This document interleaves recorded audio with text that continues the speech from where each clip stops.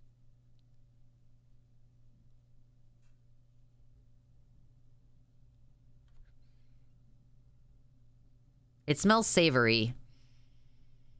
Maybe garlicky. Yeah, maybe it's just from my reaction, the skin of my oils touching the metal of this thingy, because they... Oh, I know Alex Jones is a chaser. I know that Alex Jones is a chaser because there was one time where he had trans girl porn on one of the tabs on his phone when he showed his phone screen to the show. Real heads learned it from Terraria. I don't like Terraria. I wish I did. I tried to play Terraria. I have spent hours playing games that I know I don't enjoy and tried to find the joy in them because of trying to like have something in common to do with my partner. Which, if your partner doesn't appreciate that,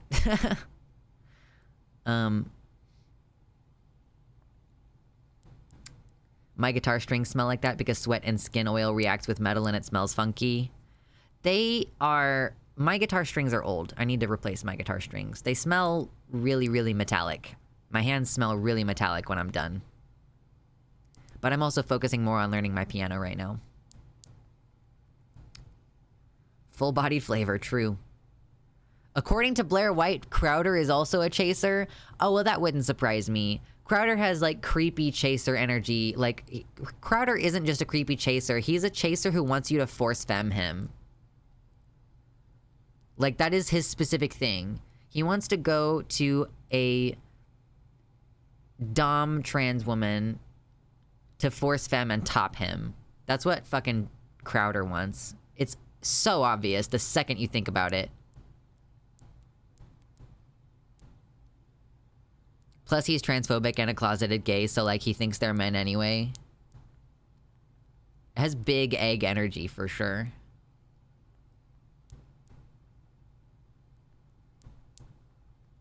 Is he really bisexual? Really? No way. I once paid a dominatrix $300 to force femme me. I was an egg back then. See? I was right. I know what I'm talking about. I'll read you for filth, Steven Crowder. Pay me $300. It would be really funny if I just got a mysterious $300 dono right then.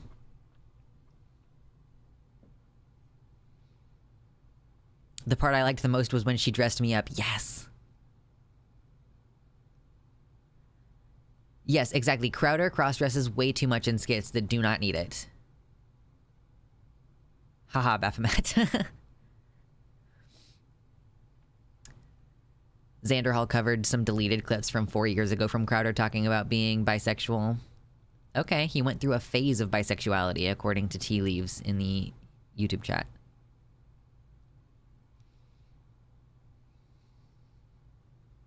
Doesn't Crowder have she/her pronouns on Twitter? I mean, so does Tucker Carlson, if that's true. Is that the case? Hold on. Steven Crowder, what are your pronouns, girl?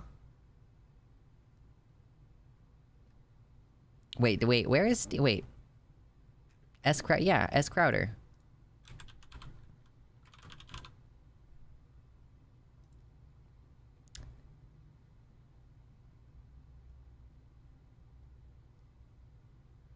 I liked the she/her for Tucker Carlson because I got to make the joke she tucks her Carls in. True. Yeah, Steven Crowder doesn't have any pronouns in bio right now. That's Tucker Carlson. Try Steven. Steven.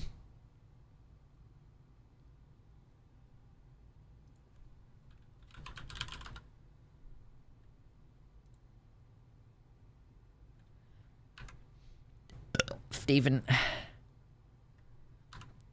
Oh my god, excuse me. Okay.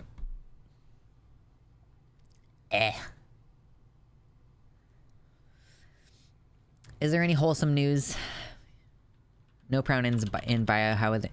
I really think it's annoying when detransers don't have fucking pronouns in bio. It's very irritating to me.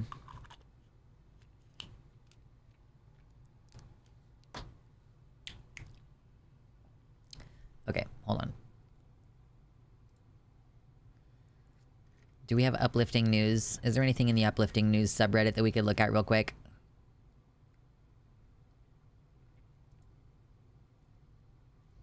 There's always r/orphan crushing machine for uplifting news. Something makes me doubt.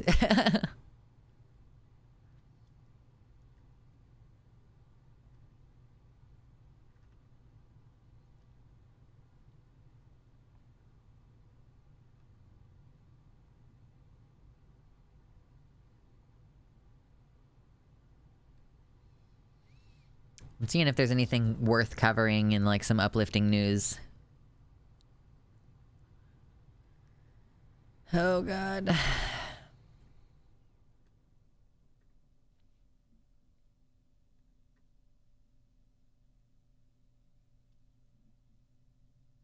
If Shifter of Shapes calls me a beautiful woman who doesn't need to mutilate herself no matter, and how many levels of misgendering is that? That is a good, oh, it was Hassan that covered the deleted clips about Crowder. I keep forgetting that Shifter of Shapes exists. And then Alec, the t-shirt, the big buff t-shirt guy, Alec covered it and like recently posted a video where I guess Shifter of Shapes like did a TikTok response to something that Alec said when he was like, being trans isn't a mental illness. And then Shifter of Shapes is like, yeah, but it is a mental illness. It's like, oh my God, you fucking idiot. I just have no respect. Shitter of Shapes is a mistype. Her name is Shifter of Shapes, or their name. I don't know. I fucking hate detransitioners who don't put their fucking shit in their bio. Put your pronouns in your goddamn bio, detrans people. I'm tired of being accused of transphobia because I can't figure out which pronouns to use for you. It's fucking stupid.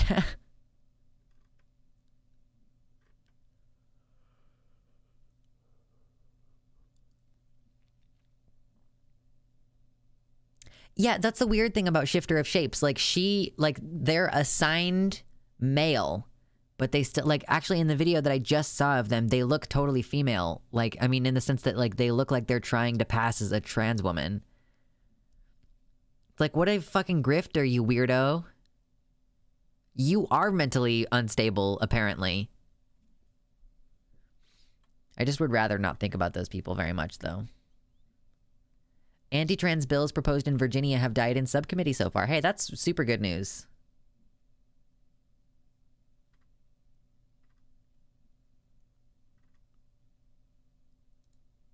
Oh, God.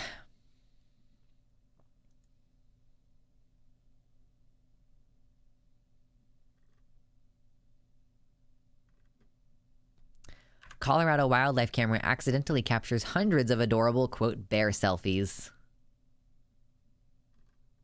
Let me get more pictures. Look at all these bear selfies. Don't play any sound. No sound. Every single time I see a video like... Hold on. Every time I see photos like this, I have to pick out a certain thing and show it to you, okay? Hold on.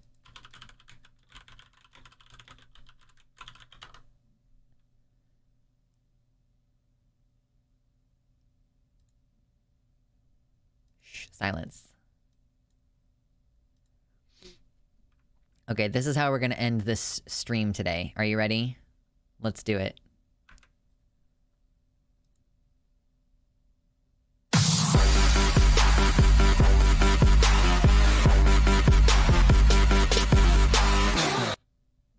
Anyway, that's easily one of my favoritist videos on the entire internet. Oh, man. It just really gets you. I mean, like...